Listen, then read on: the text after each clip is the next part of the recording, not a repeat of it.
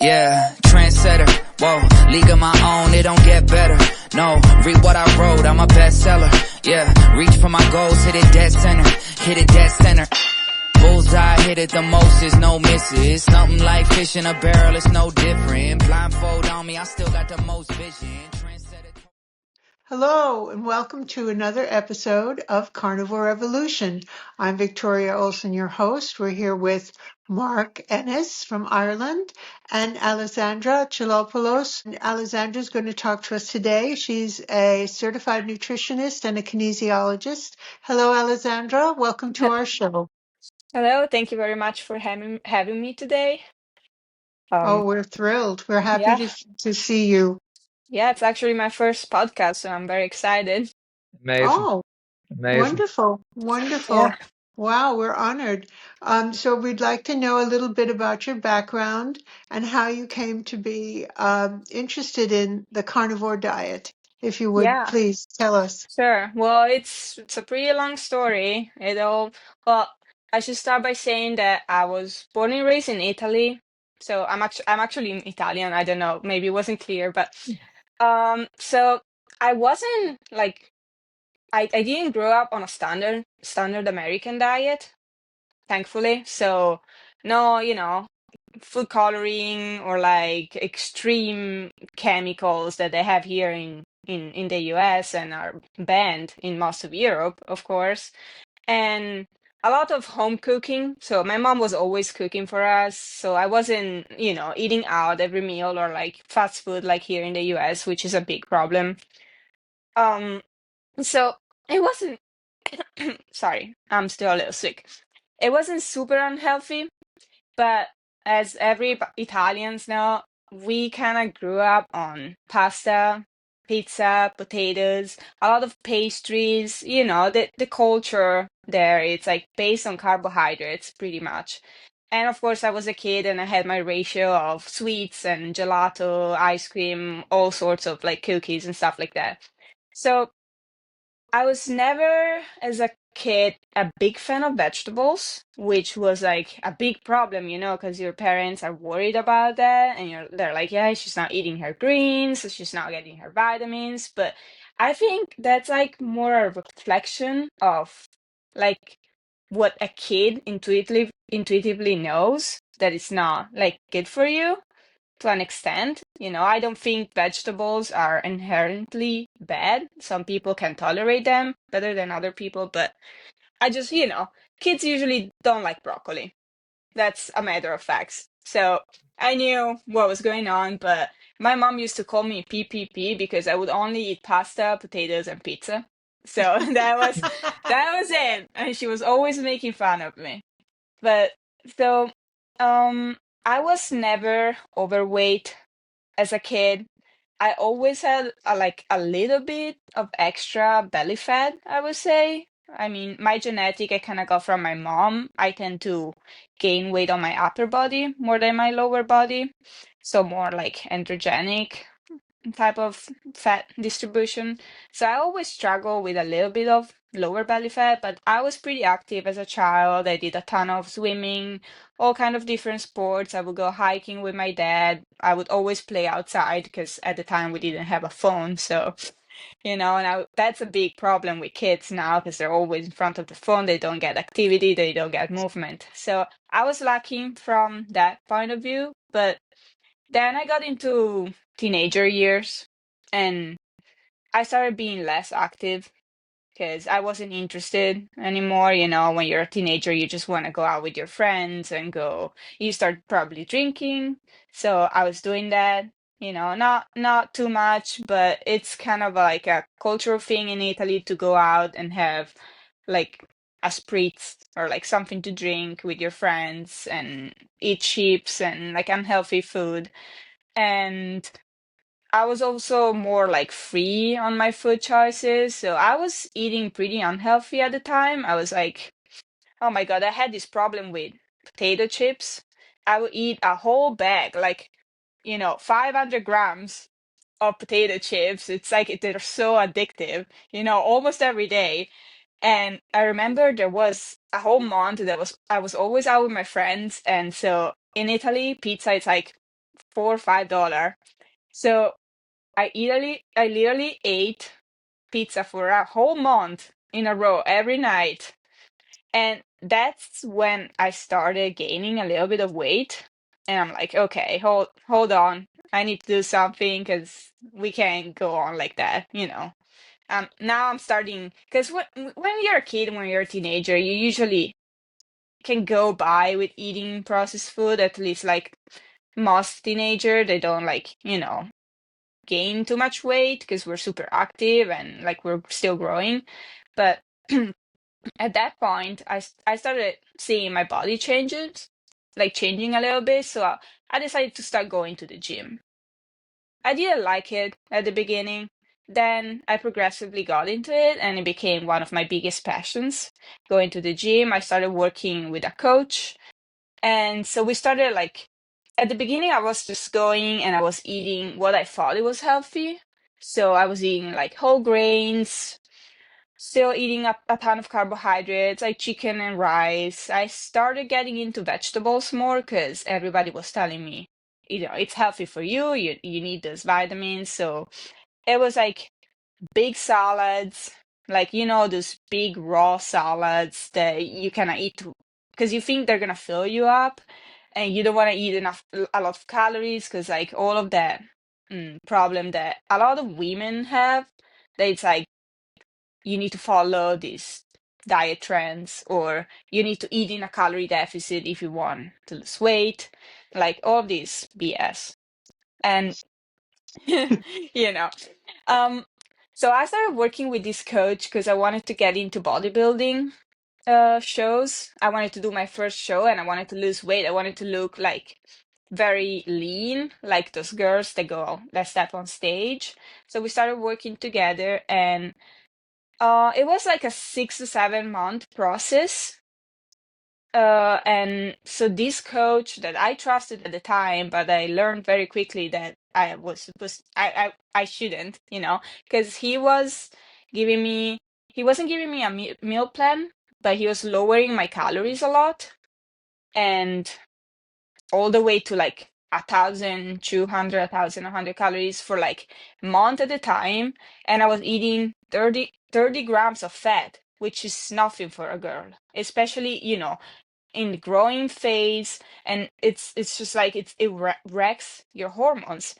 After a few months, and I was also overtraining because I was training minimum 6 times a week in the gym, weight Oh training. my gosh. On top of that, I was doing 45 minutes of incline walking. And on top of that, I was doing 14,000 steps a day. All of this while My eating goodness. very, very low calories. Because, you know, they're like, yeah, you need to get lean for the show. And so that's what you need to do. I was also drinking so much water and restricting salt that I learned it's not good. It actually dehydrates you, you know? It doesn't hydrate you. Like drinking more than a gallon of water a day, it's not a good idea. That's not what you need. And taking like, oh my God, so many supplements, like 50 pills a day, like so much money wasted, so many supplements. And so after like a couple of months, I started noticing like digestive distress, bloating. I didn't know what was going on. I was very fatigued, of course, because all the movement and I wasn't eating enough calories. And so I had problems, you know, going to the bathroom. I had a period where I had diarrhea and I couldn't understand like what's wrong? What am I eating wrong? Because I thought I'm eating super healthy. I'm eating a lot of vegetables. I'm eating low fat. I'm eating like egg whites, chicken breast, stuff like that, you know. And I was using so many sweeteners, you know, but it in everything, in my low-fat yogurt, even in my tea, in my coffee, everywhere. Everywhere I could put some sweeteners, I would. And I think that destroyed my gut microbiome a lot and, you know, my gut lining. At the time, I thought it was safe to overindulge in sweeteners, but now I don't have any. because I think I feel my gut like like hurt. It doesn't hurt, but I see like digestive distress or bloating if I try to consume sweeteners. I don't think they're safe for human consumption because it's a chemical at the end of the day, so I don't think we should eat that.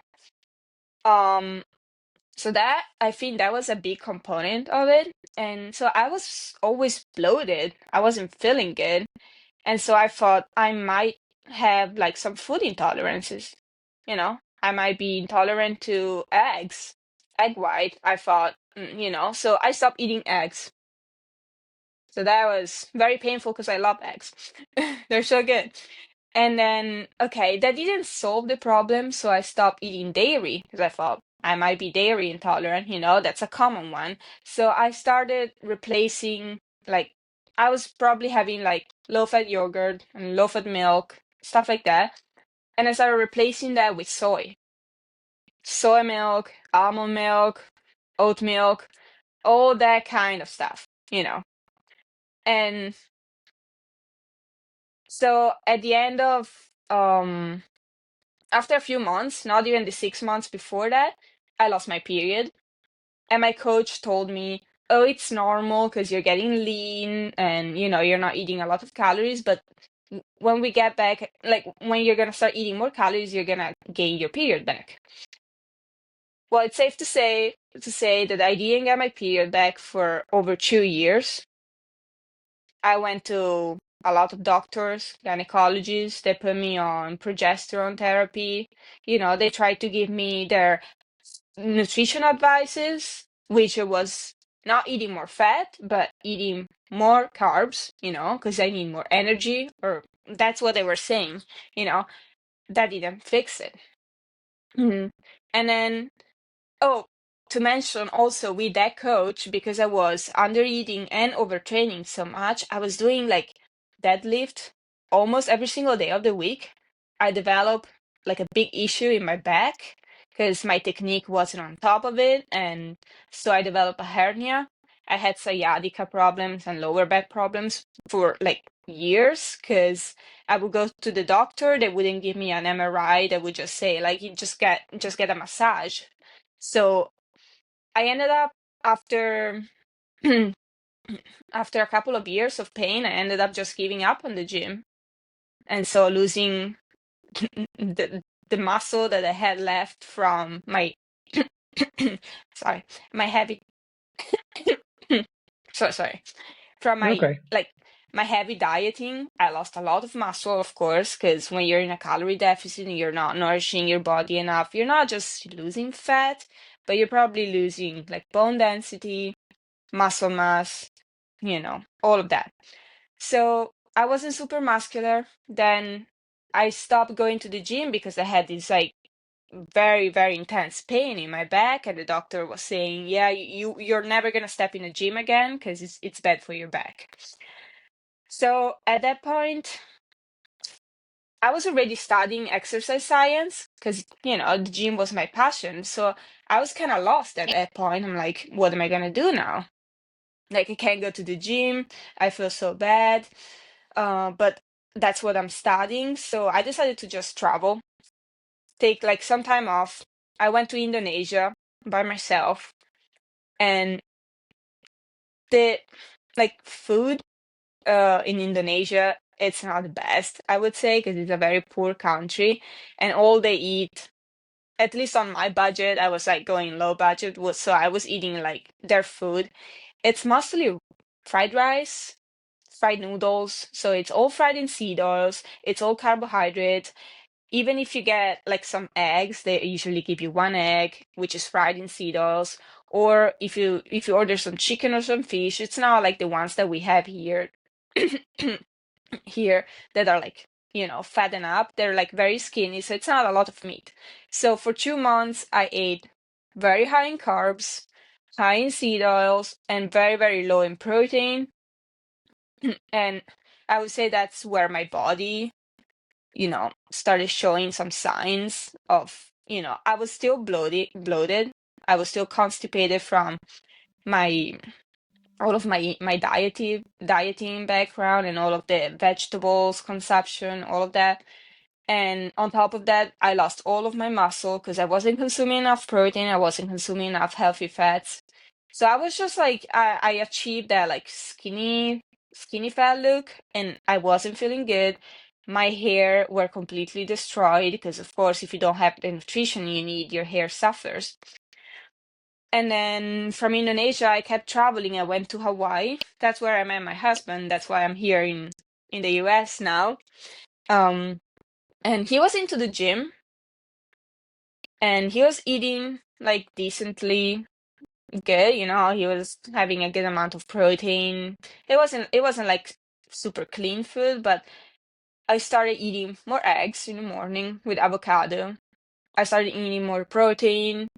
I was still like drinking a lot of like diet soda at the time. I was still having carbohydrates, but I would say it was less restrictive than when I was in my bodybuilding time. So I actually ended up starting to get my period back finally, because I think because I was eating a lot of eggs and a lot of avocado, so more fats in my diet, but it wasn't like regular or anything. And then I went to the US with my husband, and I started, eating a lot of fast food or whatever was available to me or whatever was cooked for me. And it was a lot of carbohydrates, fast food very often, sweets, and even the flour in the US is different. It contains more gluten, more pesticides, and there's more like toxic ingredients overall in the food. Um, so I really started gaining weight when I went to the US, and my bloating problems got even worse. So I was never like, I don't know if I had like IBS or any of those diseases because the doctor didn't even know, I didn't do like some testing for it, but oh my God, I was like very uncomfortable, like pregnant almost, very bloated, gassy, constipated. I then I went back to Italy. I went to my doctor because at the time I wanted to build muscle. And so to build muscle, if you look online, they tell you, if you go to the gym, you want to build muscle, you have to eat more carbs. So I was eating enough protein. I was eating overall more calories, overall more fats, but still like 50 grams because I thought I only needed to eat like 1 gram for body weight. So I was around 50 to 60. And if I could, I would always stay lower than that because I thought, fats are bad for you. But I would eat 350 grams of carbs. So I kept gaining weight, and I wasn't gaining the muscle mass that I thought I would. I was feeling always still bloated and stuff. So I'm like, at that point, I couldn't take it anymore. So I started going to the doctor, and like I told him, like, there's something wrong with my gut. I don't know, I'm doing everything I can. Like I'm eating a lot of fibers, I'm drinking water, I'm doing movement, I'm going to the gym, I'm walking and all of that. And so the doctor didn't really ask me what was my diet, didn't really like care about that.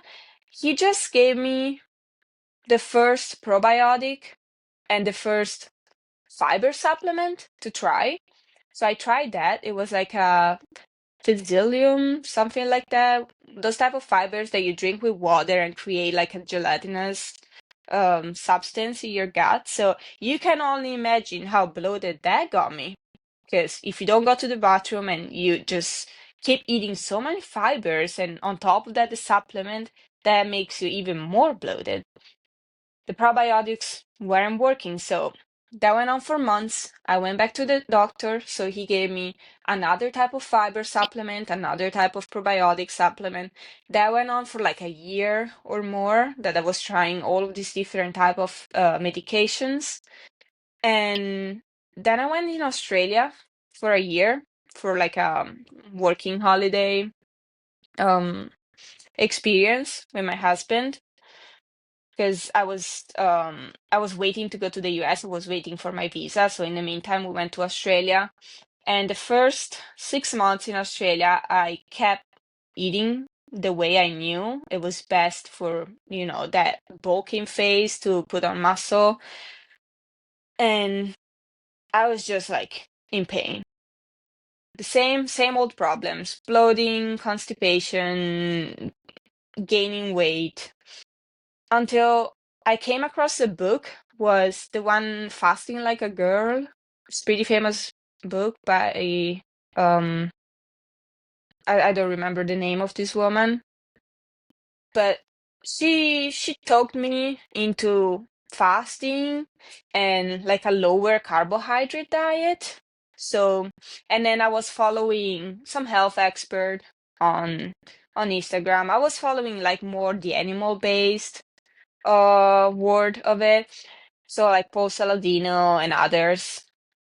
And so I'm like, okay, let's give it a try. I'm just gonna cut the sweeteners and I'm gonna cut the processed food from my diet. I was still consuming a little bit of vegetables, a little bit of like sweet potatoes, sourdough bread. That was it for my carbs. And oh my God, I saw improvements in my bloating almost immediately. I lost the weight almost immediately. I felt very good. I was also very active though, because I was working, like I was standing a lot of time, a lot of hours of the day. And so I saw great improvements, but I kind of stalled, you know? I still wasn't eating high fat, because I was always going for the lean cuts of meat. I was going for maybe chicken sometimes. I wasn't like eating a lot of, I wasn't eating butter or anything like that. But I wasn't afraid of eggs, and I wasn't afraid of like ground beef and avocado and stuff like that.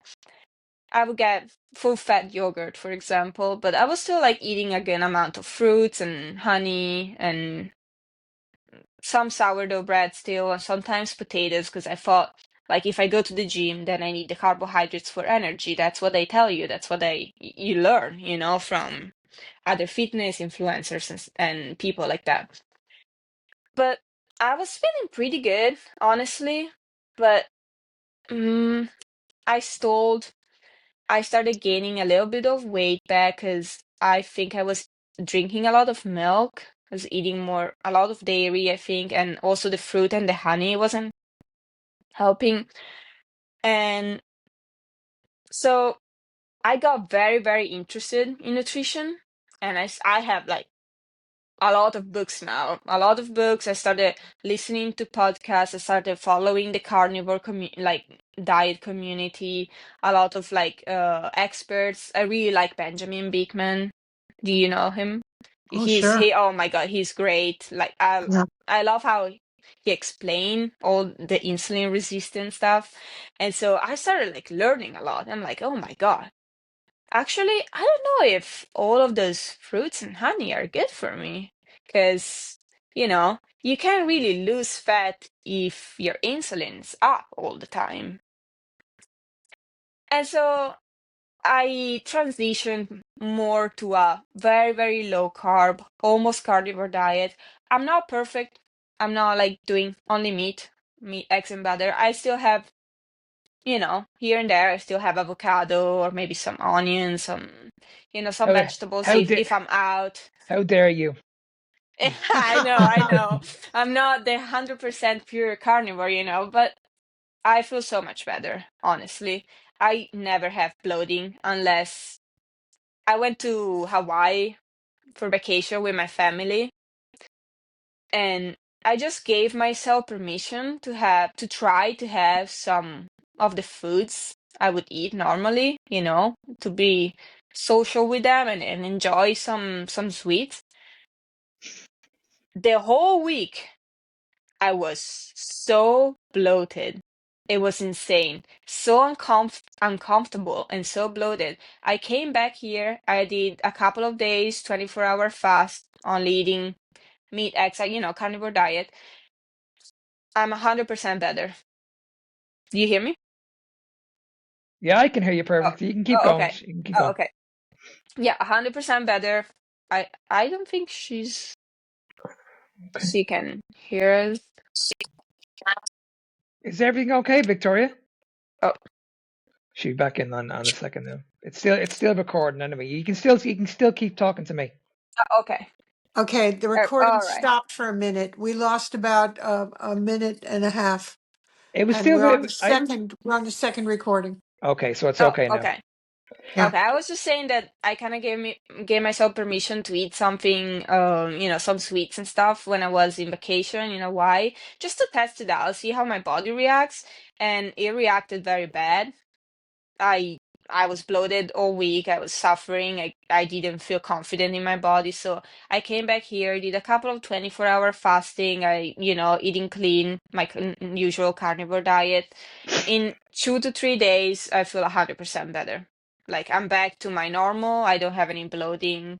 I lost that, water weight that I gained during this week. And I don't think I'm ever gonna do it again because it's Mm, not worth feeling that bad. mm, I rather, I was so bloated, I felt shame just getting in a bikini. I didn't want it to to show myself. mm, mm, It's like this is not my normal body. Like what's going on? mm. Yeah. That's an amazing story. I want to go back to the bodybuilding if that's okay, because Mm-hmm. this is what we're seeing a lot at the moment. We're seeing a lot of people when they're struggling to lose weight, they're going to see these PTs, these coaches, these bodybuilding coaches, and they're saying, okay, listen, if you want to get lean, you need to suffer. You need to Yeah. decrease your calories. You need to be in a deficit. And this is what I hear all the time, that if you want to lose weight, you need to get used to suffering. And Yeah. I cannot stand that word suffering. That really, really annoys me. And And I can, and what really frustrates me is that you can clearly see the pain in these clients' faces. You can clearly see they don't want to do it. And when I heard your story, Alessandra, I could hear the exact same thing. You went through so much. You still had the gut issues. Nobody was giving you the answers that you were looking for. They were just focusing on weight loss. That was it. No, that was it. don't worry about the food. Don't worry about your health conditions. Just be in a calorie deficit. It doesn't matter what food you're eating. Oh All that yeah. matters is a calorie deficit. I was in the gym just a few days ago, and there was a personal trainer that was coaching this poor girl, and I heard him saying, "You can eat pizza every day as long as it fits your calories, and you will lose weight." And I'm like, "Oh my God, this No, poor girl." no, no, no. I just wanted to go there and tell them, like, what are you talking about? Why are you giving this awful advice Mm, to this poor girl that is probably like just desperately trying to lose weight, and she's mm, probably counting her calories, and it's so stressful on your mental health, counting every single calories. I was at a point that I was weighing my lettuce. That has Oh, like, oh my God. oh, I was weighing oh, every single thing. And And you know, it's and you know, just, and you know what's frustrating, Alessandra? Because when these people go and see these coaches and they're getting all this rubbish advice, then when you come along or I come along and say, well, listen, I'm going to help you. You need to do this. They're looking at you and thinking, okay, you're just another coach. Like, what are you going to do differently that this person hasn't done in the past? And it's hmm like trust me, I'm not going to be doing the low calorie diets. I'm going to teach you about, like you mentioned, insulin resistance. yeah, I'm going to teach you about sugar in the blood, like all that kind of stuff, food addiction, sugar addiction. And they're like, I've never heard of this kind of stuff. And they're like, there's a reason why you haven't heard of this, because it's not been out there. And like you, I've been in this game. Well, I've been coaching now for well over 30 years. And I used to coach this. I used to be a PT like 20 years ago. I used to coach this to clients. I used to coach low calorie, low fat. You need to be in a calorie deficit. You need to train pretty much every single day. I did this. I did this for years. And then when people got back to me with the same condition as you, and they said, Mark, I'm losing weight, but I have issues with my stomach. Can you tell me what the problem is? I hadn't got a clue. I was like, okay, go and see your doctor. Yeah. I don't know how to help. Or go to the supplement shop and get yourself a digestive enzyme or a probiotic. Because I didn't know what to do. I was just basically taught in college the science of Yeah. food and calories and low fat and the best way to lose weight, and you just need to move more, and carbohydrates are our main source Yeah. of energy. We need to stay away from fats, we need to eat our vegetables. And then when you look at the food pyramids, the top two macronutrients that we have are not even essential. One is I not an know. essential I macronutrient, know. and then the vegetables, they're not even a nutrient. Yeah. It's crazy, honestly. It's It's like crazy. what is going on? I wanted to say that my original plan was, after getting my degree in exercise science, I had my eyes on this online university that we have in Italy, that it's like just to become a nutritionist. And so it's like a 2 years master after exercise science degree, you can become a nutritionist. So that's what I wanted to do. Then, of course, I went to the US, so I had to wait because I wanted to get into the university in the US to become a dietitian. That's a lot of years, but like I thought it was worth it. And I am so happy I didn't waste my money on that. Mm, Because when I started studying alone, I just realized they're just gonna teach me to, the mm, to learn the pyramid, that carbs are the most essential ones. Because if I see at other nutritionists that went to nutrition or dietitian school, like that's what they teach, that's what I know, and I'm not spending my money to learn that because I know it's wrong. I'm not accepting that, mm, so I'm so happy that I waited before getting into nutrition school, because even the nutrition certification that I got through ISA, that it's like a fitness-based program, they taught me like what are the three macronutrients, what are the vitamins, what are the minerals, and how important is that you get 60 to 70% of your calories intake through mm, carbohydrates, and if you want to lose weight, you need to be in a calorie deficit. That's what they taught me, and so I'm like, yeah, no, I'm not doing that. I'm mm, not spending 6 years of my life learning something that it's not correct. mm. And what you're doing is you're just chasing shadows because you know that you're going to be in a calorie deficit, but it's never going to be sustainable long term. Yeah. You're going to Yeah, you lose might. Yeah. you're going to lose the Sorry. weight. You're going to lose the weight. You're going to lose all that weight, and then you're going to find it very, very hard to keep it off. Oh, yeah. Well, Extremely hard. extremely hard, because like even after my bodybuilding prep, like I started eating more calories and I gained the weight back or more, and then I wanted to lose it, so I went back into a calorie deficit, but it wouldn't move. Mm, It wouldn't move. Like it felt impossible. It felt like I was resistant to a calorie deficit. I felt like every woman feels like her metabolism is broken. mhm, Something is wrong. It mhm. doesn't work on me. It's my hormones, or it's whatever. No, it's just the fuel system. And It's just why you're eating. and can I ask you, did you actually compete? Did you actually do a bodybuilding competition? I actually, it's funny. I didn't get to compete because COVID started, so all the Yeah, competition were canceled. So I went through all Oh of right. that no. pain for nothing. Oh Oh dear. wow. That's Wow. great. Yeah, yeah. Yeah, And wow. but you know what? I think it was for the best, because I saw what competing entails, and I saw how unhealthy it was for me, for my body. I lost my period, and I literally almost lost my friends because I couldn't go out with them. I couldn't do anything. I was so tired all the time, so grumpy, and no, I wasn't feeling good. I struggled a lot in university to study because I couldn't focus. I couldn't focus for more than 10 minutes. I felt like it was impossible to study. All I was thinking, it was food, food, food, when I get to eat. I was like snacking on lettuce or fennel all day, like a ship or something. I was just grazing all day on these like zero or very, very low calorie foods, just because I thought like if I keep my belly full, then I won't feel hunger.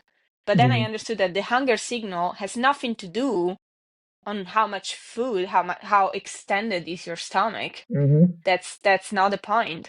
No, It's no, hormonal. exactly, You're not gonna get the satiety signal until your body gets the nutrients it needs. exactly. Yeah. Yeah, There's a exactly. big difference. There's a big difference with a gut full of fiber and then a satiety Yeah, feeling. Massive, yeah, massive it's difference. massive, massive. And then I also, had like I wouldn't say had like I probably had actually disordered eating because I had episodes where, I was binging, especially when, you get like maybe once a week, once every 2 weeks, you get the cheat day. So all the week I was just like thinking about what am I gonna eat? I'm gonna gorge myself on something, And I had like the list of all the foods that I wanted to eat on my cheat day, Mm, on my free day. So I was mm, eating like, oh my God, so much junk food on that day, and I would feel so bad. mm, Oh my God, Yeah. I would literally The feel so bad. The sad part about all of that guidance that we have had in the past is that it will culminate in your body developing illnesses like Yeah, autoimmune diseases, like metabolic illnesses like diabetes type 2 and heart disease, arterial blockage. It's going to catch up with you eventually it because is. you're going to give up the calorie counting but continue with the carbohydrates. You're going to gain weight and you become an overweight older person. And by the time you're in your 40s, you're looking at some serious illnesses developing. So while you're younger, you can tolerate it a little bit, but it does catch up with you. It does. Yeah, it's not immediate, but one day it will. And can I look at the bigger issue here when when we look at like calorie deficits? And you mentioned about you lose your period. This is what we're seeing at the moment with young women. They just want to be skinny. Yeah, They don't understand the effects this is going to have on your fertility, your hormones, your chances of having kids when you're older. And this is what we're trying to get across to people, that when you're trying to get in shape, don't ever neglect your health. Don't ever never. do it. Yeah, Don't ever do it like what you did in the risk of your health. Like that's absolutely crazy. And this is what we're seeing as well with men. Men are losing their testosterone like very, very young, extremely young. I hear this all the time in the change rooms, like with men that are in their 30s and their 40s. They're exhausted, they're fatigued, they're thinking about going on TRT. And it's like, I'm 50 years of age. These guys are younger than me. And it's like, why are these people going through all this pain? Why are they suffering in their marriages? Why can't they not keep a relationship going? And it's all down to the food that they're eating, and I don't understand it. And why are these people not getting the information that we need? So I think what we need to be looking at is don't look at a diet as restriction, because yeah, this in my opinion is what's leading to massive eating disorders in the world, because we're constantly restriction. We're putting the body through an awful lot of stress that the body does not need, and this is what's doing a lot of damage. And people think that in order to be healthy, I just need to be skinny, or in order to be healthy, I just need to have a six pack. yeah. That's what's happening at the moment, and it's just poison. It's a diet culture poison. Yeah, the six pack, thing, like maybe men can have it and be healthy, but I think women, unless it's very like genetic, and they don't gain weight on their tummy, I think like pushing your body to have a six pack or be like so lean, it's Mm-hmm. unhealthy. Because, Very unhealthy. Yeah. women, they need a little bit extra fat to be fertile and, Mm-hmm. for their hormones to work properly. Yes. Yes. So talk me through then for people that are listening, because a lot of people will be listening and they're saying, okay, well, I don't understand. I thought it's all about calories. What's the difference between calories and hormones? Oh, okay. Well, that's a lot to say. Where do you want me to start? Okay, so let's talk about insulin and leptin and the roles they play in trying to lose weight. So let's focus on insulin first of all. Okay. Well, I think I know the most of insulin compared to leptin, I think, because I'm still in my studying.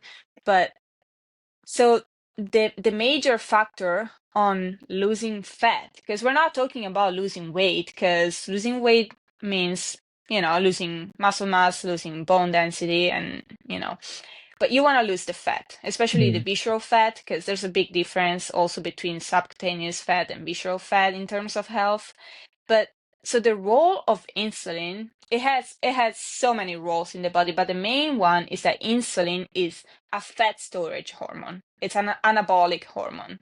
So when you have like high insulin in your body, the signals that the fat cells receive is store whatever it's like, circulating in your blood system. It could be usually carbohydrates, because when you have an insulin spike, it's because you ate a lot of carbohydrates. But let's say that in that meal you had like a ribeye steak that it's pretty fatty and a lot of potatoes or like a side of pasta.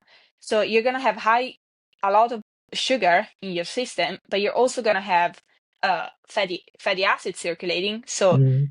you're gonna store both, Mm. because you're gonna maybe use a little bit of the carbohydrate for energy if you're like going to work out or going for a walk, but it's never gonna be so many carbohydrates. You don't need so many. So Mm. you're gonna store the rest in your fat cells. You're gonna store every fat circulating if you have it, if insulin is high. So Mm. the main thing to understand for women is even if you're in a calorie deficit, if your insulin is constantly high, your cells will keep receiving the signal of storage, you Mm. know? And the only way to actually start using your fat reserves is to push back insulin. Because when Yes. insulin is low, you can finally use the fatty acid, Mm. release the fatty acids from the fat cells. Mm. And I think that's what most people don't understand when they say it's all about calories in, calories out. And maybe they say, like, yeah, you can eat like a donut a day that will spike your insulin, but you still lose fat. But yeah, because you only spike your insulin for like 2 or 3 hours, and then if you fast for 24 hours, you're still gonna be in a low insulin state the rest of the day. But of course, that's not healthy for you because you're not getting the Exactly. nutrition and you're Yes. always gonna be hungry. Mm. So I think it's also a combination of insulin resistance and calories. I think we should look at calories later on. Mm. If you're really struggling to lose fat, maybe you should look at calories. But I think the first two um, ways to go, it's first address insulin resistance, you know, stop eating carbohydrates, go on a low carbohydrate diet, maybe a carnivore diet if you also have like autoimmune diseases. I think everybody should do like a period of carnivore diet, like at 90 days. And then if you want to reintroduce maybe like avocado or some other things, you can try, see how your body reacts. But I think everybody should try the carnivore diet because it's like incredible healing diet. I don't Mm. even like to call it a diet because it's just like Mm. how humans should eat. Mm. And then if you stole your weight, I think you should introduce fasting. Fasting, it's an incredible tool because like if you go on a 24-hour fast, you're gonna be technically, I mean, I don't like to say it, but technically you're gonna eat less because it's hard to eat like 3 meals in one meal, especially Mm. for women. I think eating all of those protein and fats in just one sitting, it's kind of hard. At least that's my experience. So, and you're gonna address your insulin even more if you go on an extended fast because the insulin is gonna be very low. You're gonna start producing a lot of ketones, and that's a very healthy and metabolic state for your body. So I think Yeah. those are the two main variables before even thinking about calories. Because Yes. let's be 100%. real, nobody wants to weigh their food. Nobody wants to count their calories. It's just like which other animal in the wild does that? Like we are Mm. the only ones to do that. It's Mm. it's And we just recently started doing that. Like nobody needed that when they were on like a true like proper human diet. Yeah. Do you want to ask a And question, also, yeah. Victoria? Well, I have personally found that because of the food that's offered to us as humans, sets us apart. And I found it very helpful when I was losing weight to be at a very high fat amount, like an 80-20. 80% of my total calories was fat. And only when I hit that marker was I able to lose the weight. And I did have to use a macro tracker app to Mm-hmm. get me there. But once I learned how much fat or butter that I had to eat during the day and how much protein was sufficient to maintain muscle synthesis, that the tracker came in a little bit handy. And I don't follow it religiously. I'll do it once in a while to make sure I'm still in the pocket of having the higher fat. And I don't need as much fat anymore because I'm not on a weight loss diet. That it helps a little bit when, especially if you're just starting carnivore, to get a good viewpoint of what it means to have that extra fat. Because a ketogenic diet, in concept, is high fat, moderate protein, and near zero carbohydrates. So it helps people to see, to envision that. And then, yes, once you get the hang of it, it becomes very natural to eat that way. So Yeah. that's just my two Yeah. cents. Yeah, for me, it's a little bit different because I never, when I take on a client, I never focus on the food scales or weighing your food. I focus more on the healing process. So when a person, like, think of it this way, when a person goes on a diet, what's the one thing they always struggle with? They always struggle with their hunger. They're like, okay, That's true. why do I have to eat every 2 hours? And that was for me. I'm sure that was for you guys. We always had to eat every 2 hours, and every time we ate a meal, we'd be thinking about our next meal straight away. So that's where I focus on first. I will, okay, hang on a second.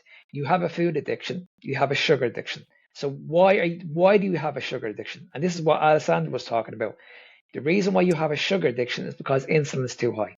Now, if insulin is too high, you're blocking the body from burning fat. Yeah. You're going to get these regular crashes all the way through the day. You know what I mean? It's going to go up, it's going to go down, it's going to go up, it's going to go down. So this is the reason why you're getting these regular hunger problems. So what we want to do is we want to eliminate that quickly, very, very quickly. So now we need to look at the macronutrients and say, okay, what's having the biggest impact on insulin? Is it protein?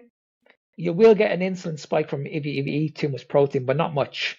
You won't get too much of an insulin spike from eating fats. Will you get a huge insulin spike from eating carbohydrates? Hugely, massively. Now, if there's too much sugar in the blood, which is what we all have, because that's what happens when you eat any carbohydrates, whether it's fruits, vegetables, complex carbohydrates, simple carbohydrates, natural carbohydrates, whatever carbohydrate it is, it turns to sugar in the body. So what you're Yeah. doing is you're stopping fat burn. So that's what you're doing. So it's either if insulin is too high, what's happening is put it this way. When you look at insulin, insulin tells the body whether you're either going to burn fat or you're going to store fat. So if you Yeah. have too much insulin in your body, too much sugar, you're going to store way too much fat. So like Alessandra said, there's a difference between gaining weight and gaining body fat. Now, if you gain too much weight, you're storing glycogen. You're storing too much sugar. You're storing too much water. So when someone's obese and you put them on a diet, and you get rid of the carbohydrates, what happens is they lose so much water. So they step on the weighing scales and they're like, oh my God, I've lost 20 pounds in 1 week. And they're like, oh, this is all body fat. It's not body fat. This is all glucose. This is all glycogen. This is all water retention.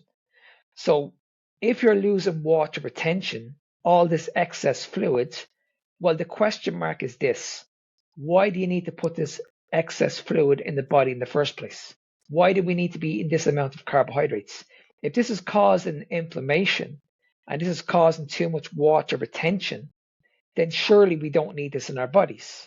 So then the Yeah. question is, okay, if we keep insulin low and keep leptin high and focus on the foods that are going to keep our leptin high, which is going to be proteins and fats, not just protein, because if we eat protein on its own, then we're not getting a different energy source in. So now we're talking about energy. So when we look at energy, we get energy from two sources. We get energy from carbohydrates and we get energy from proteins. We don't get energy from both. So when we look at the Randall cycle, this is what the Randall cycle focuses on. You're eating carbohydrates and proteins, but the Randall cycle will tell you we can only rely on one energy source. And at the moment, you're going to feel so much better eating fats because you're going to have sustained energy. So when Alessandra talked about fasting, it's going to come natural. You're not eating as many meals. You're only eating 2 meals a day, roughly. Most people probably Yeah, only eat 1 meal a day because you're not hungry sure, all the one time. meal. Yeah, because you're not hungry. So what we want to do is we want to shut off the hunger so you're able to control your weight long term. Okay, not short term, because we know we can lose weight short term, but it's never going to be sustainable, and more than likely you're going to put the weight back on. Does that make sense? Yeah, totally. Um, I One of the pivoting points for me to switch from an animal base, more like fruit and protein and fat, to just a carnivore diet was out of curiosity. I got one of those continuously glucose monitor for a couple of weeks. I just wanted to see like how much like blueberries, because at the time I was just eating some berries. I wasn't eating like bananas or like high sugar fruits. And that literally opened my eyes Mm. because I had the glucose monitor on, and I know it doesn't calculate insulin, but I could still see which food would spike my blood glucose, you know? And just eating a little handful of blueberries would spike my glucose. Like Mm-hmm. insane. I'm shocked because imagine if you eat a plate of pasta. What does that do to your blood sugar? Like it's Sky insane. high, And sky high. so thanks to Benjamin Bickman, which I'm a big fan of, I was listening to one of his podcasts and he was talking about how there's only 4 grams of sugar at any time in your blood system. And so if you, for example, eat an apple that has 20 to 30 grams of sugar, half fructose, half glucose, that's going to be like 4 times the amount of sugar that you're supposed to be in your body. So of course it's going to impact your blood glucose. Blood glucose is going to go up. And so insulin is going to go up. And that's just by eating an apple. Everybody's like, yeah, an apple a day keeps you healthy. You know, that's what the doctor says. But like, no, one apple a day actually puts you in a fat storage mode. Like, you know, it raises your insulin. It gives you blood sugar control problems. And so that's why Exactly. when I switched like my mentality, I'm like, wait a second, maybe I shouldn't eat all of these berries with honey, you know, Mm-hmm. maybe I should Mm. not. And the same goes for I was testing coffee with milk. Milk still contains lactose, and that's a Mm-hmm. sugar. And it Mm-hmm. was giving me, it wasn't a big spike, but it was giving me a spike in insulin. Mm-hmm. And it was keeping me out of ketosis because I was tracking my ketones at the same time. I'm like, oh, okay, well, then maybe I should limit that. Maybe I should Mm-hmm. try to go without it, you know? Yeah, And sorry. no, it's We okay. Go ahead. we toss around the term insulin resistance, but it's kind of off focus of the real problem. And the real problem is the excess sugar in your bloodstream. Mm-hmm. Yeah. And we mentioned the Randall cycle earlier. Mark mentioned it. And I mean, that usually governs your energy usage and it likes fatty acids. Mm-hmm. If you add sugar, your fatty acids will push the sugar out of the way. So it will use the fatty acids, yes, but the excess sugar in your bloodstream gets stored Yeah. by the insulin that it made produce. Yeah. So it's really glucose and sugar in your bloodstream that cause the problems. Mm-hmm. Mm-hmm. And we say insulin resistance, but it's not so much insulin resistance as excess blood sugar. Mm-hmm. Mm-hmm. That's the real problem And that does see, the damage. what we need to understand is that regardless of what sugar you're having, whether it's natural, complex, simple, whatever it It is, just turns into sugar. sugar is sugar. That's Yeah. it. It turns to sugar. It's going to have the same impact on the body, and this is what we're trying to explain to people, that you can lose weight eating sugar, like the sugar diet, easily. But what's going to happen is the impact on the body. That's the difference. So if you feel like I cannot control my hunger, I cannot control my cravings, I have this addiction to food, that's more important that you need to address. That's what you need to be focused on. And if this leads to, like, down the road, like you have issues with your health, like type 2 diabetes, obesity, PCOS, endometriosis, fibromyalgia, so many conditions. And these people are not telling you why this is happening. They're just focusing still on, okay, you just need to lose weight. Just lose weight. That's all you need to do. Then obviously there's a problem there. You need to learn, guys, what Victoria was saying. Okay? If there's too much sugar in the blood, it's going to cause a major, major problem with your health. And that's what we need to be focusing on. And you need to understand what Alessandra said, that when it comes to getting in shape, your hormones are vital. Yeah. You need to control your insulin, you need to control your leptin, you need to understand what cortisol is, because cortisol is a stress hormone that can affect people as well in regards to gaining weight. Like if you've got a really poor lifestyle, you've got a poor job, you've got way too much stress in your life, that's just going to lead to an elevated blood spike Yeah. Poor also. sleeping. Yeah, Yeah, I poor think, sleep. yeah, circadian rhythms, I think, are very important for us human to respect. Not eating at night. I found for me it's very helpful because even if I eat carnivore food, if I eat very late at night, that impacts my sleep and so my Mm, cortisol, and I tend to gain weight in my lower belly. I mm, tend to see that. mm. So I think that's pretty important, like the timing of when you eat. And I don't just know if you going, agree. no, I do agree. And that's what I want to go back to the very, very beginning when you were talking about that you were doing so much training. Like this is what your coach told you what to do. You have to do your walks, you have to do your training. People don't understand that this amount of training, Oh you're yeah, putting way, way too much stress on your body. Way too way much. too much. Your body's just gonna fight back and say, well, listen, I can't do this anymore.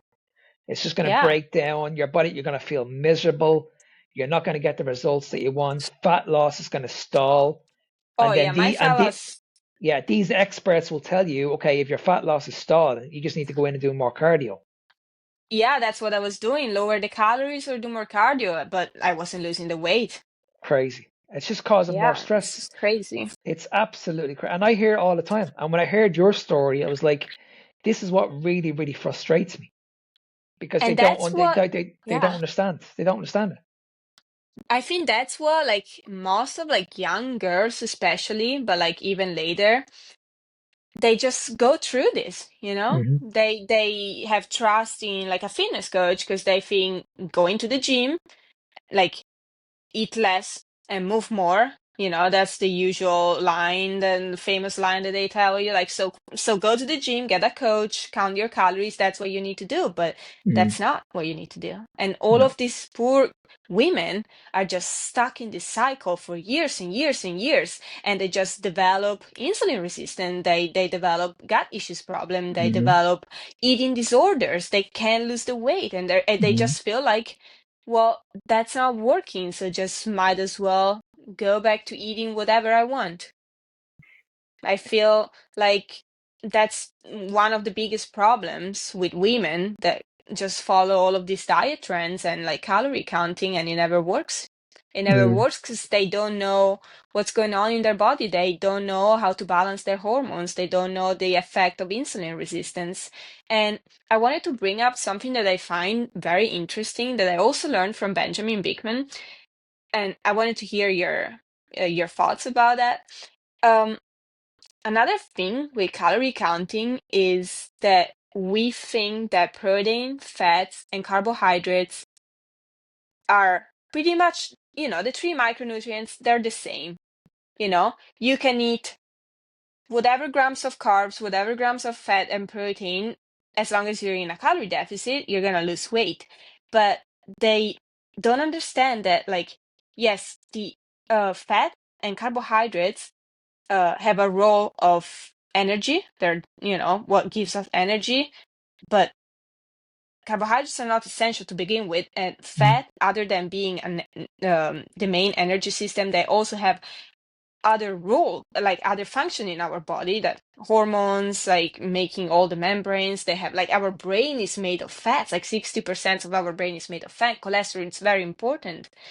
And so they fail to understand that it's not equivalent getting carbohydrates or fats from energy, because you need the carbohydrates for other function, the fats for other functions in your body, and you obviously don't need the carbohydrates. But the other thing is that they think that protein, it's also considered like in this energy system, but protein doesn't really have it's not like one of our main energy source. Protein have other structural function in our body, so we must eat protein, but we don't use protein for energy, other than like a little bit of it for maybe gluconeogenesis, when we need glucose for, like, our red blood cells, or the brain, or other system in Mm. our body.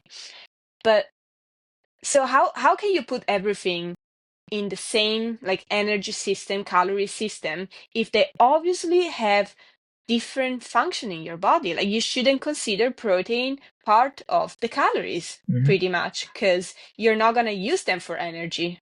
Exactly. Go ahead, Victoria. You want to answer? Well, I did want to emphasize that it's true. They're trying to equate them all, and that's the basis of their being incorrect. Yeah. And one thing I do know from Dr. Nadir Ali, who's a cardiologist and a carnivore, he practices in Texas.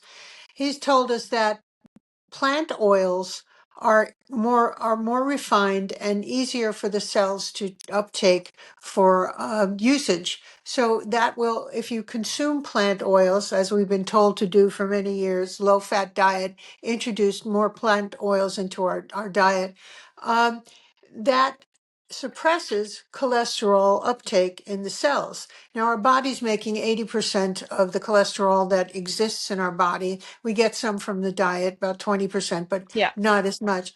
The body produces cholesterol for two very major reasons. One, to repair cells, and two, to help us create our hormones, specifically our gender related hormones, the Yeah. testosterone and estrogen. And without that cholesterol, when we suppress it with the plant oils, we're losing that ability to regenerate our cells and create our hormones. So therefore, we go into decline and we age, probably prematurely. Yeah, it's really bad thinking to glom them all together, as we say in the States, to make them equal. They're not equal. They each have a purpose. And yes, with protein, you can overeat protein, and it will, because the liver will prioritize protein as an energy source over fat and over, well, if you're not having readily available carbohydrates. So it will use protein as an energy source, and it will use it in a way that's very much like carbohydrates with gluconeogenesis, where you use what you need immediately and the rest gets stored as fat. So yeah, to make them all equal is very unfair and uninformed. And that's if you eat protein in an excess. What do you believe an excess would look like? Like, how many Um, protein you think we Well, should I consume? spoke earlier about the proportions, the ratio of fat to protein in relation to your total overall calories. That you need to get at least the range is from Bart K. He starts at 60% fat as in relation to overall calories to 80% is the top of the range, I think, and that leaves your protein at 40% to 20% is the range of protein. Now, again, it's kind of hard to gauge that just from eyeballing it, and that's why I like the macro tracker, which helps you get an idea of the numbers.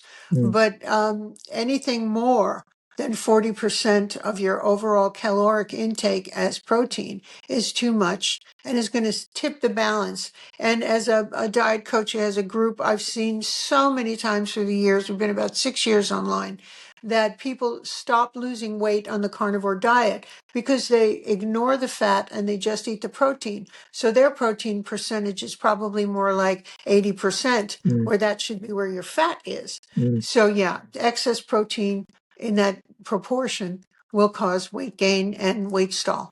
Yeah, and for me, like it depends on the person, but like if you're over say 40 years of age, I like to have my clients on a high protein diet. So I'll aim for probably around 1 gram, maybe 1.5 grams per pound of body weight. So let's say if someone weighs 160 pounds, I'll probably have them on around 250, maybe 300 grams of protein a day, roughly. But if they're under 40, I'll always go with pretty much around probably 1 gram per pound of body weight. So if someone's 160 pounds, I'll have them on 160 grams of protein a day. Now, if someone's looking to lose weight, I'll always have them on a higher fat diet. Always. I never have them on high protein because there's a simple reason for this. Because when you're looking to drop body fat, we're not prioritizing building muscle. We're just trying to get as much body fat off the body as quick as possible. So, but you want to make sure you're feeling good at the same time. So I could easily say to somebody, okay, go high protein and go very, very little fat. They're going to lose the weight, but they're going to be miserable. So I like to drop the protein down and keep the fats really, really high. That way they're going to lose the weight and they're going to feel great. Their hormones are going to be functioning amazing. Everything's just going to feel really, really good. Yeah, when they get lean and they look amazing, then I'll flip the macros around. I'll bring their fats down and I'll increase the protein because at this stage, they're trying to build muscle. So we know in order for you to build muscle, the muscle needs amino acids for the muscles to grow. We know that we don't grow the muscle in the gym, we grow the muscle outside the gym. So we need to feed the muscle the protein it needs. So that's how I do it. I always make sure, okay, I'll look at the person and I'll say, right, okay, what do you want to do first? Okay, for most people, we need to lose the weight, we need to drop the body fat. Okay, fats are going really, really high. Protein is coming down. And then once I get you lean, then I flip the macros around. How about you, Alessandra? Uh, so on this topic, can I ask you, Mark?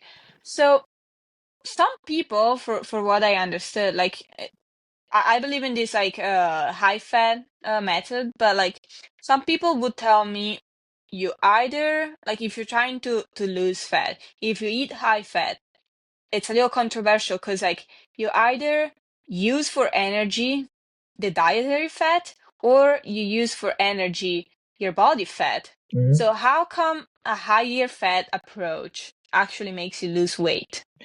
With the higher fats, we need to understand what fat actually does to the body. Fat actually heals the body.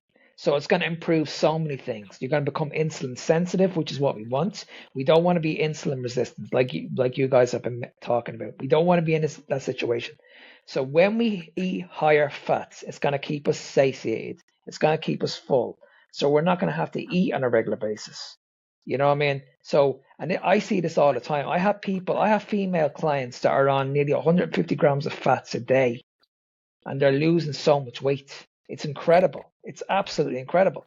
And this is what we need to move away from because we've been taught for a long, long time that when we look at calories, for every 1 gram of fat, you're getting 9 calories. So obviously, if you're eating 100 grams of fats, people are going to be thinking 100 grams of fats equals 9 calories.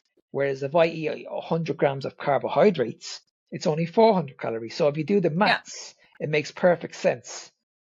If I eat the carbohydrates, I'm going to lose weight. But that's not what we yeah. should be focusing on. We're trying to get the hormones functioning the way they should be functioning. Because that's what's happening at the moment. Everybody is struggling because their hormones are out of whack. Okay, so it's not down to calories, it's more down to nutrition deficiency. That's where people are struggling. So we need to move away from the calorie model, because we know we can lose weight being on a low calorie diet. Hmm. But we've been speaking about this for the last hour. It's never going to be sustainable. What's going to be sustainable is being on a high fat animal based diet. You know what I mean? I've been doing Yeah. this now. I've been doing this now 4 years. I'm eating over 350 grams of fat a day. I'm struggling to put on weight. I can't put on weight. I'm walking around with a six pack now for the last 4 years. I don't track any macros. I don't track any calories. I look at myself in the mirror every single day and I'm like, okay, this is incredible. For years, I had to work really, really hard to see my six pack. I don't do that anymore. It's like Hmm. I'm eating as much food as I want, and I can still walk around very, very lean. And it's like, okay, that's what we need to be focusing on. So when it comes Mm-hmm. to the fats, move away from the calorie model. It's got nothing to do with the calorie model. Mm-hmm. It's the impact these foods have on your body. That's what we should be focusing on. So would you suggest this approach only for the beginning? So for someone that is new to carnivore, that it's like malnourished, because the problem now with people is that they're overweight, but they're very, very malnourished because they don't get the essential vitamins and nutrients that they need. Mhm. So would you just put them on a high fat diet to balance their hormones and bring their insulin down to begin with? Or would you suggest that for like someone that it's already carnivore, that it's already um like in a good place with their hormones and with their hunger signal, and they've been carnivore for a long time, let's say, but they're stalling with their weight? What would you suggest for that kind of person? Okay, so if they're stalling with their weight, then I'd be asking like, how long are you on carnivore? So Okay. I'd be saying, okay, if you're only on carnivore like 2 months, then I would say, okay, you're still not past the healing process. So Okay. most people will need to go get past the healing process, and it takes on average between 6 and 20 weeks, maybe a little bit longer for the average person. Mm-hmm. So usually when you see a stall, that's the first priority. The second priority is just titrating the macronutrients. Which one are you going to titrate? Are you going to bring protein down, or are you going to bring fat down? Now for women, I work with an awful lot of women. What I see with women is that they do a lot better on high fats, and with Mm-hmm. men, I see men do better on high protein. And I that think, comes down to yeah, hormone. Yeah. yeah, I think for women it's a little bit more complicated with women because again, you look at the hormone factor, you look at their estrogen, progesterone, all that kind of stuff. So it's a little bit more complicated. And I also have a lot of females that struggle with PCOS. Now with Mm-hmm. PCOS, these people struggle to lose weight. Like really, you could put these people on 1,000 calories a day. If they're insulin resistant, they won't lose weight. They're going to struggle. So Yeah, now, well. so what I do is I make sure their fats are really, really high, like really high. So if we look at percentages, I would probably have a female that's a PCOS female, roughly around 70% of our overall food intake coming from fats and around 25-30% coming from protein. Now that's going to be very, very small. So let's say I'm dealing with someone who's 160 pounds. I'm going to probably have them on around probably about 90, maybe around 90 grams of protein a day, which is very, very low, extremely low. But again, that's not the priority. The priority is to get them lean first of all, get the body fat off, make Mm-hmm. them feel very, very good. And then once they're lean, then we do a reverse diet. We add the protein in slowly. We put them into the gym. We say, right, okay, you're going to start lifting muscle now. You're going to be gaining lean muscle mass. Then you watch them on a week to week basis, on a month to month basis. And once the metabolism starts speeding up and they're gaining more muscle, then you give them more food. You add more protein in, but you make sure that the ratios of protein and fats are going to be always slightly higher fats and slightly lower protein, because you want to make sure their energy levels are perfect. If their energy levels dip and they're feeling crap and they're miserable, well, then that's a sign the fats are too low and the protein is too high. Does Mm-hmm. that make sense? Okay. Yeah. Um, when you talk about percentage, do you base it on calories, or do you just use, like, for example, different type of foods, like for example, a ribeye or eggs compared to, I don't know, a leaner cut? If you want Yeah, to up like the protein and lower. yeah, I wouldn't focus on calories. I'm just focusing on Okay. macros. That's pretty much Okay. it. Okay. So when you look at a standard ribeye for every 100 grams, you're going to get 20 grams of protein and you're going to get 20 Mm-hmm. grams of fats. Now, Okay. if you look at like a lean steak, you're going to get probably around 20 grams of protein, and you're going to get very, very little. You're going to get very, very little fat in that. So if Mm-hmm. someone says to me like I don't like eating the fat on a ribeye steak, for example, and they say I can eat lean steak, well, I need to make sure, okay, if they're getting their protein, it's 20 grams of protein, then I need to make sure they're getting 20 grams of fats with that meal. So that's when they'll have to add those fats in externally. Add like cook with like ghee, butter, beef tallow, duck fat, whatever you want, coconut oil, but it has to be the same ratio as the Mm-hmm. 100 grams of protein. So let's say if they're eating 400 grams of lean steak, that's gonna equate to 80 grams of protein. Okay, Okay. I need to make sure they're getting the exact same in the fats, so they're getting So 80 grams. okay, so you're going to like a 1-on-1 ratio. 1-on-1 always, yeah, Okay, 1-on-1 so one always. 1-on-1, you consider 1-on-1 to be high fat or to be moderate fat? One-on-one, you're always going to be higher protein, always, or sorry, higher fats, always. Higher fat. Okay. Yeah. Okay.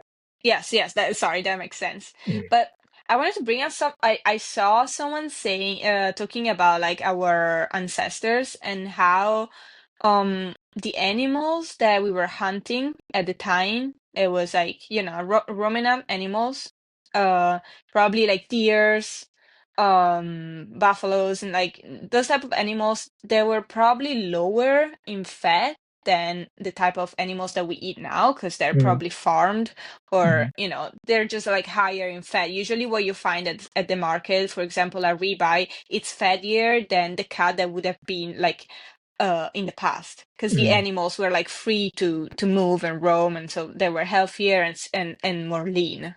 mm. What would you, if you can Go please elaborate on that, what do you think about that? go ahead, Victoria. Do you want to answer that? Yeah, I think that they were not consuming plant oils.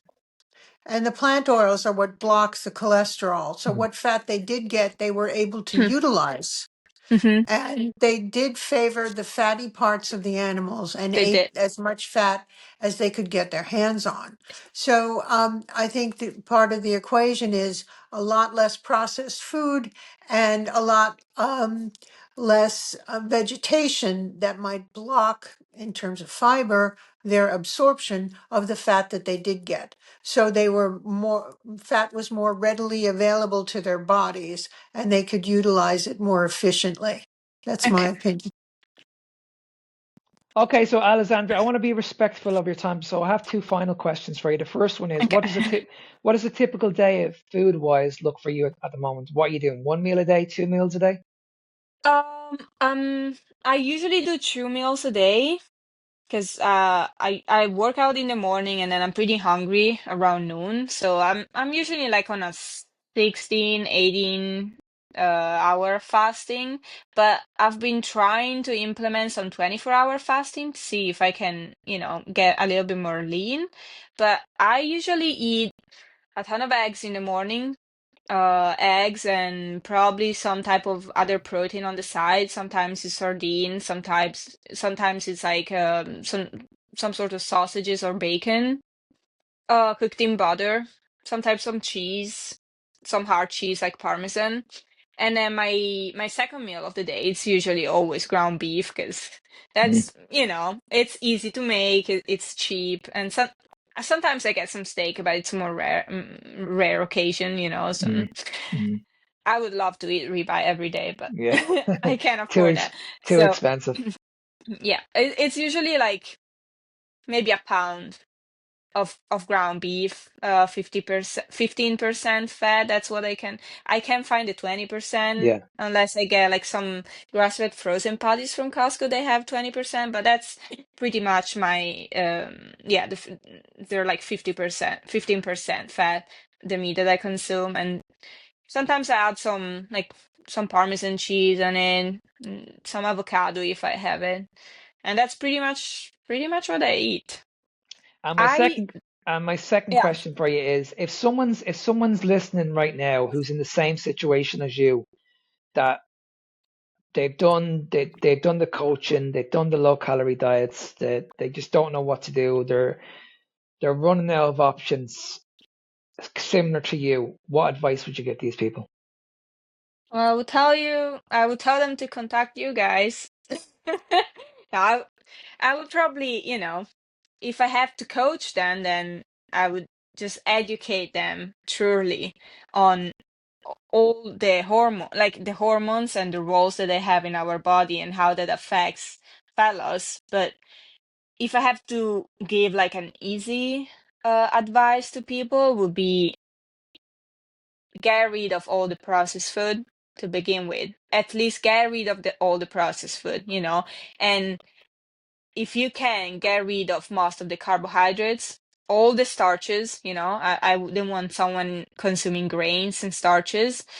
If they want to progress to the carnivore diet slowly, because maybe they don't want some side effect, that could be a little bit of electrolytes imbalance and like feeling that like hunger, because your body is still like dependent from sugar, so they're gonna have a lot of cravings at the beginning. I think it's not easy to cut everything out and go straight to a carnivore diet like some people do it, but maybe some people needs to transition, especially if they, for example, my family struggles a little bit with food because they grew up like so many years in the low fat, cholesterol is bad for you need to eat your greens, and so it's kind of hard for them to understand what I'm telling them. Like they think I'm crazy. Like what are you saying? You want to kill us? You want to give us like artery problems and heart attacks? I'm like, no, that's what's actually healthy for you. But I think people should like transition to carnivore maybe in a couple of weeks, as you said, just start them with high fat, start them with like, I would start them with unlimited food, like eat as much as your body wants, and then slowly progress to like looking at the ratio of fat to protein, look at fasting a little bit more. But yeah, I would advise everybody to ditch all the processed food and all the grains, at least, to begin with. Any final And thoughts, Victoria? uh, Sorry, uh, go. Sorry, sorry, Alessandra, go ahead. Go ahead, Yes, sorry. Alessandra. that and get rid of the seed oils too, Yeah, the because seed sometimes oils they too, of don't think course. about that. Yeah. Well, yeah, the majority of seed oils we can find in processed food, so that would be Mhm. unless you cook with seed oils. That, yeah, I didn't think about that. Some people do, but yeah, cook Well, with yeah, butter and tallow. I'm Yeah, anti-plant oil in general, yeah, so that excludes includes. avocado and Okay, coconut and olive as okay, well, because those have a high percentage of saturated fat, but the rest of it is the phytosterols that block the yeah. cholesterol. So even some of our influencers, like Dr. Berry, are saying get away from those plant oils and stick with the animal fats. Yeah, I don't really use any plant oil, to be honest. I mean, I'm Italian, so I might drizzle some olive oil like on the occasion, but I would never cook with it because I know all the oxidation process. So I cook with butter or tallow. Yeah, I don't use coconut oil, avocado oil at all.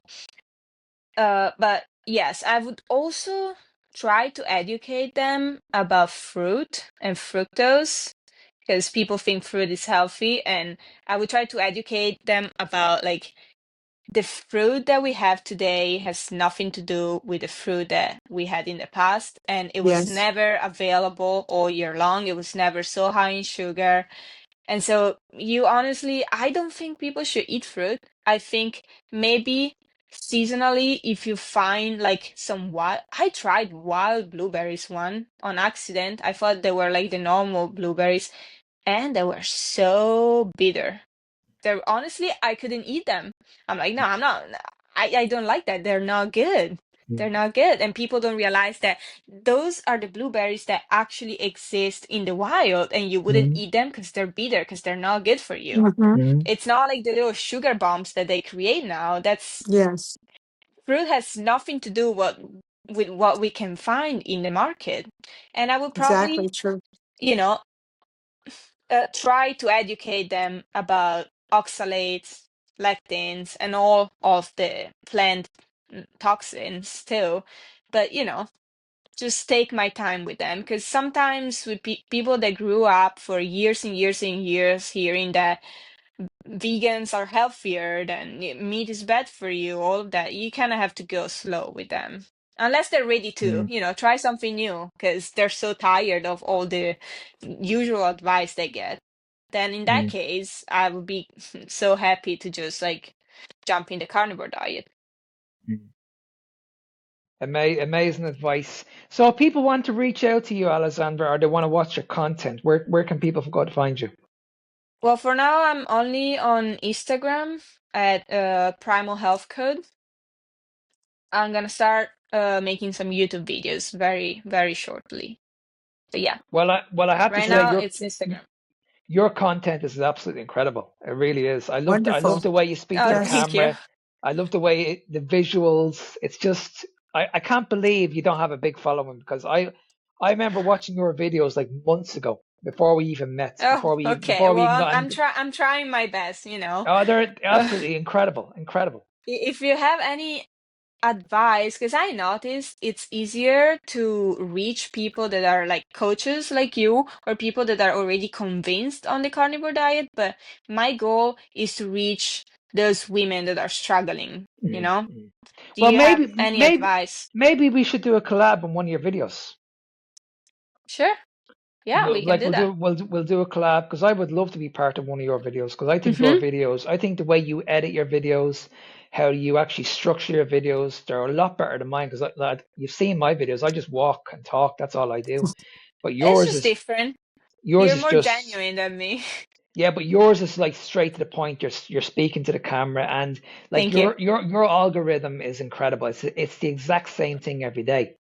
You're just speaking Thank to the you. camera and yeah, I'd be willing to help you out. We should definitely do one or two collabs. Yeah. Because I'm like you, I just want to reach out and I want to reach out to the right people and try and help people as much as possible. So yeah, let's have a conversation about it and let's do it. Okay. Yeah, that sounds Great. great. And it Yeah. was a pleasure to meeting you, Victoria, too. Thank you. And same here. I'm very glad to meet you and I wish you continued success. Thank you. It was an amazing conversation. Thanks very much, Yeah, Alexander, amazing. for coming Thank on. thank you. That went great. Okay, so Thank you, I really like. Alessandra. I'll keep you on this and we'll just and you can just press stop there now, Victoria. All All right. right. Bye, Okay. guys. Bye bye. Bye.